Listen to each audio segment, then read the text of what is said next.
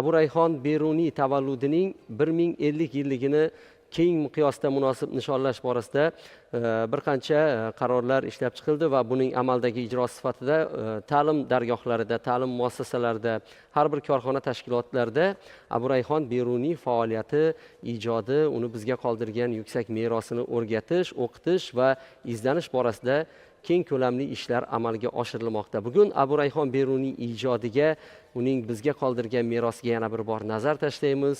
Qaysi fanlar asosan Abu Rayhon Beruniy faoliyatidan o'rin olgan, bular haqida suhbatlashish uchun studiyamizga Urganch davlat universiteti fizika matematika fakulteti magistranti Otamurod Rajapovni taklif etganmiz. Otamurod, studiyamizga xush kelibsiz. Assalomu alaykum. Erta tongda a'lo kayfiyat sizga hamroh bo'lsin deymiz. Mana yuqorida ta'kidlab o'tganimiz, buyuk bobomiz, qomusiy olim Abu Rayhon Beruniy tavalludini 1050 yilligi nafaqat bizni vohamizda, balki respublikamizda ham keng miqyosda nishonlanmoqda. Bu borada Urganch davlat universiteti qanday taraddud ko'rmoqda?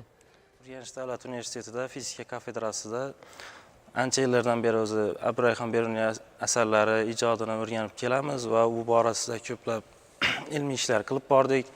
Shular yuzasidan ilmiy konferensiyalar, anjumanlar o'tkazmoqchimiz. Katta shularni rejalashtirib qo'ydik o'zimizning oldimizga. Maqsad qilib albatta. Bugungi kunda mana siz qatori yoshlar aynan Abu Rayhon Beruniyni ijodiga va bizga qoldirgan merosiga qiziqish qanday deb o'ylaysiz?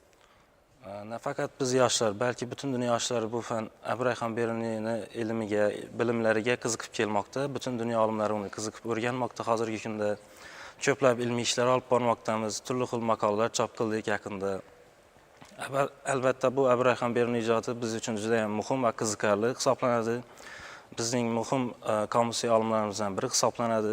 Abu Rayhon Beruniy astronomiya, meteorologiya tarixiga oid 10 dan ortiq asar yozgan. Xususan mana shu Hindiston nomli yirik asari G'arb va Sharq olimlari tomonidan yuksak baholangan.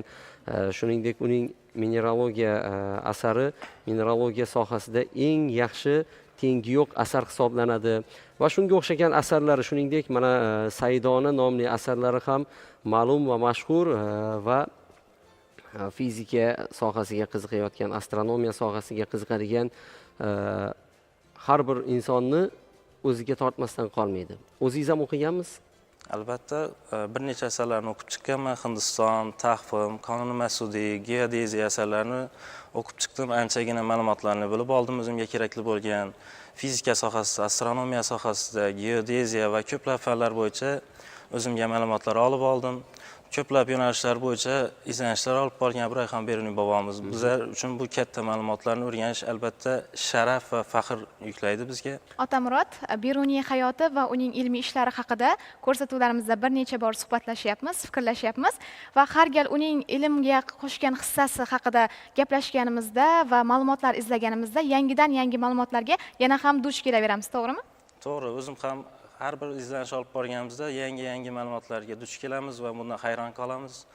Masalan, Beruniy bobomiz 1029 ta yulduzning geografik koordinatasini aniq o'lchab bergan. Shundan tashqari geografik koordinatalar ishlab chiqqan, o'ziga xos bir necha yo'nalishlarda izlanishlar olib borgan. Masalan, Hindiston asarida yer sharining dumaloq ekanligini isbotlab berib bilgan. Sababi quyosh botishi, qish va yoz kunlarining teng emasligidan kelib chiqib isbotlab bergan. Shuningdek, yerni dumaloqligidan Amerika qit'asini ham Kristofer Kolumbdan oldin birinchilardan bo'lib kashf qilgan o'zining fikrlari, nazariyasi bilan 450 yil oldin birinchilardan bo'lib. Shuningdek, Beruniy bobomiz o'zining geodeziya asarini qaraydigan bo'lsak, ko'plab ma'lumotlarga ega bo'ldik. Bu ma'lumotlardan biri, bizga eng muhimlardan biri bir necha osmon jismlarini o'rganishimiz mumkin va shuningdek birinchilardan bo'lib yerning globusini yaratgan. U shunday deb aytib o'tadi: yer shaharlar joylashuviga qarab aniqlash uchun 10 juz'im o'lchamdagi diametri bo'lgan shar yasadim deb aytib o'tadi. Bu shar albatta globus deb tasavvur qilamiz biz. Afsuski bizgacha yetib kelmagan. Bu eng katta yer yuzasidagi birinchi globuslardan biri bo'lishi mumkin. Sababi 10 juz'im taxminan 5 metrga to'g'ri keladi. Shuningdek, geosentrik nazariyalarga ham o'zining fikrlarini bildirib o'tgan. U davrida Ptolemeyning geosentrik nazariyasi hukmronlik qilgan Beruniy davrida Ya'ni bu nazariya ta'limotga qaraydigan bo'lsak, olam markazida yer joylashgan, qolgan osmon jismlari u atrofida harakatlanib yuradi deb aytib o'tilgan edi. Lekin Beruniy bobomiz bu nazariyaga shubha bilan qaraydi va geliosentrik nazariya haqidagi dastlabki fikrlarni bildirib o'tadi. O'zining Takvim, Qonun Mas'udiy asarlarida yer o'z oq atrofida aylanishi, qolgan sayyoralar bo'yicha ham harakatlanishini fikrlarni bildirib o'tadi. Shuningdek, yerning harakatlanish tekisligi, ekliptika tekisligining bo'yicha yerning harakatlanish orbital tekisligi ustma-ust tushishi, parallelliklarni ham kashf qilib o'tadi o'zining asarlarida va 500 yil oldin Nikolay Kopernikdan geliosentrik nazariya haqidagi dastlabki fikrlarni bildirib o'tgan o'zining asarlarida. Mana shuncha ma'lumot to'plagansiz va albatta hozirgi kunda Urganch davlat universitetida magistratura yo'nalishida tahsil olyapsiz. Nima deb o'ylaysiz? Mana shu o'zingizni magistratura yo'nalishida tahsil olishingizda ham Beruniy asarlarga tayangan holda olgan bilimlaringiz asqotganmi? Albatta asqotib kelmoqda. Bundan oldin magistraturaga kirishdan oldin bakalavr yo'nalishida ham ilmiy malakaviy bitirish ishimiz ham astronomiya fani bo'yicha O'rta Osiyolik olimlar, ya'ni Al-Xorazmiy, Abraham Beruniy, Al-Farg'oniy kabi olimlarning ishlarini o'rgandik, ularning ilmiy ishlari bo'yicha maqolalar chop qildik va shu asosda mana magistratura yo'nalishida ham ilmiy ishlar olib bormoqdamiz hozirgi kunda. O'zingiz mana hozir magistratura yo'nalishida tahsil oladigan talabalarni biz bilamiz, ham o'qiydi, ham ishlaydi, ham ilm bilan, fan bilan mashg'ul bo'ladi. O'zingiz ham ilmiy ishlar qilyapsizmi? Ha, ilmiy ishlar qilyapmiz. Shu astronomiya sohasi bo'yicha Abraham Beruniyning asarlari, Al-Xorazmiy, Al-Farg'oniylarning asarlarini o'rganib kelmoqdamiz va ular bo'yicha turli xil ilmiy ommabop jurnallarda maqolalar chop qilib kelmoqdamiz hozirgi kunda. Rahmat. Bunday olib qaraydigan bo'lsak, mana yuqorida aytdingiz-ku, birinchi bo'lib globusni shaklini yaratgan va birinchilardan bo'lib Kristofor Kolumbdan oldin Amerika qit'asi bor ekanligini ma'lum qilib bergan deb. Shuning uchun ham shoir satrlarda aytgan bo'lsa kerak-da, Kolumbda bor alamim mening, O'zbekiston vatanim mening. To'g'ri emasmi? To'g'ri, albatta. Bu o'sha Beruniyga qarata aytilgan so'zlar, Beruniy kashfiyotiga qarata aytilgan so'zlar. Asarlari juda ham ko'plab tillarga tarjima qilingan va hozirgacha saqlanib kelmoqda. Albatta. Hozirgi kungacha butun dunyo olimlari bu borada bahs va munozaralarga sabab bo'lmoqda ham. Sababi shu Amerika qit'asini kashf qilinishi, geliosentrik nazariya asosida dastlabki fikrlarni Beruniy bildirib o'tganda. Demak, ungacha baribir bundan Beruniydan oldin hech kim bu narsaga qo'l urmagan. Yo'q, albatta, hech kim bu haqida ma'lumotlar ham, asarlar ham yozib qoldirmagan.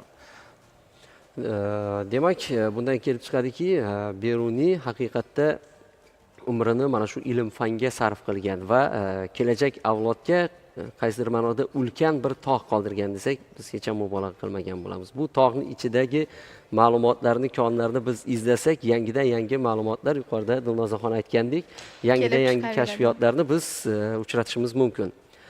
Xo'sh, har bir asarni o'zini yozilish tarixi bor, bevosita qaysidir ma'lumotlarga, qaysidir voqeliklarga asoslangan holda yozilgan. Mana yuqorida aytib o'tdingiz.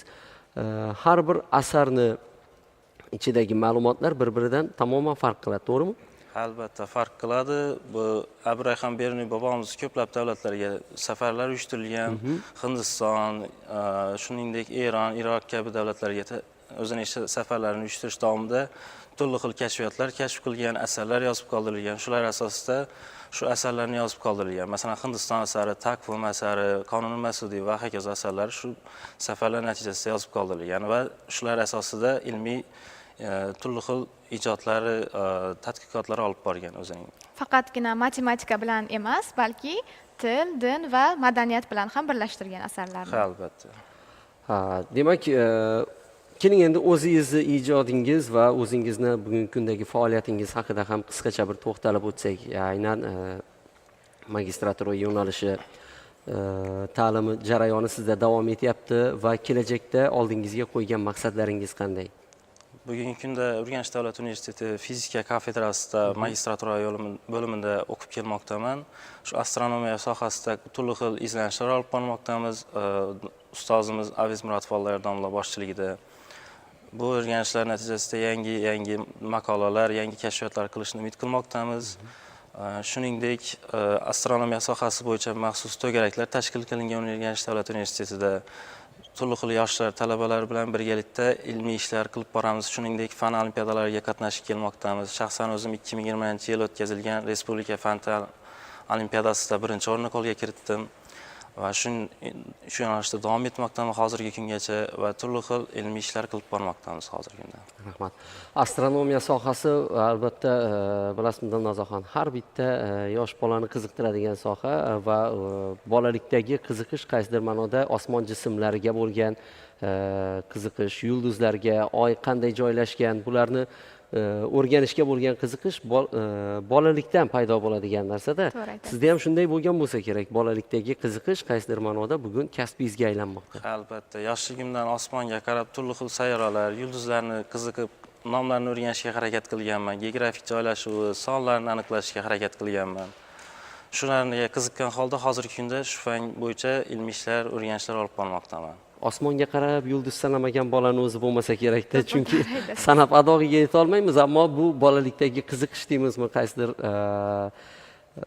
bolalikni o'ziga yarasha bir gashti deymizmi, ammo bugun tanlagan sohangizdan faxrlanasiz. Ha, albatta. Rahmat, kelajakdagi ishlaringizga, o'qishlaringizga, ilmiy izlanishlaringizga biz muvaffaqiyatlar, omadlar hamroh bo'lsin deymiz. Aziz Oyna jahon muxlislari, biz bilan suhbatda Urganch davlat universiteti fizika matematika fakulteti magistranti Otamurod Rajab bo'ldilar. Biz minnatdorchilik izhor qilamiz. Sog' bo'ling, salomat bo'ling deymiz. Dasturimizni esa ajoyib bir lavha bilan davom ettiramiz.